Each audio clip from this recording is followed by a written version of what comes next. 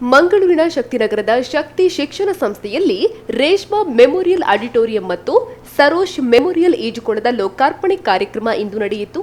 ಪ್ರಾಥಮಿಕ ಮತ್ತು ಪ್ರೌಢಶಿಕ್ಷಣ ಸಚಿವ ಸುರೇಶ್ ಕುಮಾರ್ ಆಡಿಟೋರಿಯಂಗಳನ್ನು ಉದ್ಘಾಟಿಸಿದರು. ನಿವೃತ್ತ ಐಜಿಪಿ ಹಾಗೂ ರಾಜ್ಯ ಈಜು ಸಂಸ್ಥೆಯ ಅಧ್ಯಕ್ಷ ಗೋಪಾಲ ಹೊಸೂರು ಈಜುಕೊಳವನ್ನು ಉದ್ಘಾಟಿಸಿದರು. ಕಾರ್ಯಕ್ರಮದ ಅಧ್ಯಕ್ಷತೆಯನ್ನ ಕರ್ನಾಟಕ ಬ್ಯಾಂಕ್ನ ಸಿಇಒ ಹಾಗೂ ಆಡಳಿತ ನಿರ್ದೇಶಕ ಮಹಾಬಲೇಶ್ವರ ಎಂಎಸ್ ವಹಿಸಿದ್ರು. ಕಾರ್ಯಕ್ರಮದಲ್ಲಿ ಮುಖ್ಯ ಅತಿಥಿಗಳಾಗಿ ಶಾಸಕ ವೇದವ್ಯಾಸ್ ಕಾಮತ್, ಶಕ್ತಿ ಶಿಕ್ಷಣ ಸಂಸ್ಥೆಗಳ ಸಂಸ್ಥಾಪಕ ಕೆಸಿ ನಾಯ್ಕ್ ಸೇರಿದಂತೆ ಅನೇಕರು ಉಪಸ್ಥಿತರಿದ್ದರು.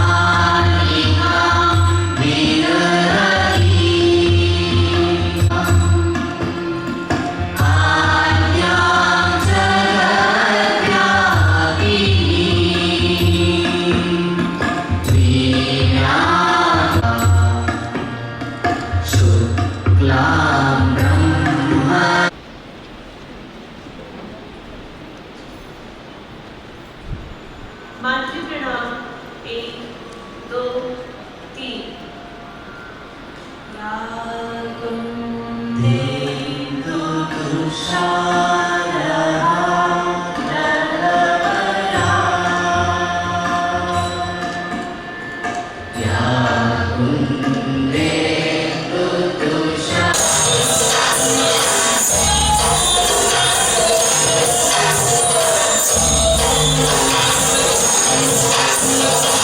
ಬಿದ್ದಿದೆ.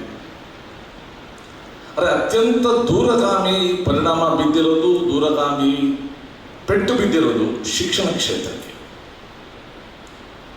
ನಮಗಿನ್ನೂ ಕೂಡ ತರಗತಿಗಳನ್ನ ಪೂರ್ಣ ಪ್ರಮಾಣದಲ್ಲಿ ಯಾವಾಗ ಶುರು ಮಾಡಬೇಕು ಗೊತ್ತಿಲ್ಲ. ನಮ್ಮ ಮಕ್ಕಳಿಗೆ ಬಹಳ ತಡವಾಗಿ ತರಗತಿಗಳು ಶುರುವಾಯಿತು. ಅದರಿಂದ ಬೇರೆ ಬೇರೆ ಇವತ್ತು ಸಮಸ್ಯೆಗಳು ಕೂಡ ನೋಡಿದ್ದೀವಿ. ಇದೊಂದು ಸವಾಲಿನ ವರ್ಷ. ಈ ಸವಾಲಿನ ವರ್ಷದಲ್ಲಿ ಅನೇಕ ಶಿಕ್ಷಣ ಸಂಸ್ಥೆಗಳು ಅನೇಕ ರೀತಿ ಈ ಸವಾಲನ್ನು ಸ್ವೀಕರಿಸಿ ನಮ್ಮ ಮಕ್ಕಳ ಕಲಿಕೆ ಯಾವುದೇ ರೀತಿಯದು ಕಡಿತ ಆಗಬಾರ್ದು, ಅದು ನಿಲ್ಲಬಾರ್ದು ಅಂತ ಬಹಳ ಒಳ್ಳೆ ಪ್ರಯತ್ನಗಳು ಮಾಡಿದ್ದಾರೆ. ಕಳೆದ ವರ್ಷ ನಾವು SSLC ಪರೀಕ್ಷೆಯನ್ನು ಮಾಡಿದ್ವು ನಮ್ಮ ರಾಜ್ಯದಲ್ಲಿ. 8.5 ಲಕ್ಷ ಮಕ್ಕಳು. ಕೋವಿಡ್ ಬಹಳ ತೀವ್ರವಾಗಿದ್ದ ಸಮಯ. ಬಹಳ ಸಮಸ್ಯೆ ಇತ್ತು, ಮಾಡಬೇಕೋ ಬೇಡವೋ ಅಂತ. SSLC ಎಕ್ಸಾಮ್ ಮಾಡಲೇಬೇಕು ಅಂತ ಹೇಳಿ ಆ ಕಾರ್ಯವನ್ನು ಆಗೋ ರೀತಿ ನೀವು ಮಾಡಿದವರು ನಮ್ಮ SSLC ಮಕ್ಕಳು. ಅವ್ರ ಹತ್ರ ಕೇಳಿದಾಗ ಬೇಕಾ ಬೇಡವಾ ಅಂತ ಕೇಳಿದಾಗ ಒಂದೇ ಧ್ವನಿಯಲ್ಲಿ ಹೇಳ್ತಾರೋ SSLC ಪರೀಕ್ಷೆ ಬೇಕು ಅಂತ.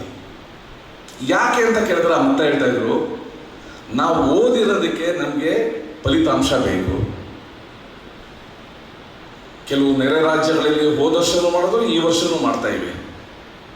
ಎಲ್ಲರೂ ಕೂಡ ಪಾಸ್ ಮಾಡೋದು. ನೀವು ಆ ರೀತಿ ಎಲ್ಲರೂ ಕೂಡ ಪಾಸ್ ಮಾಡಿಬಿಟ್ರೆ ಇಡೀ ಜೀವನದಲ್ಲೇ ನಮ್ಮನ್ನ ಕರೋನಾ ಪಾಸ್ ಅಂತ ಕರೀತಾರೆ.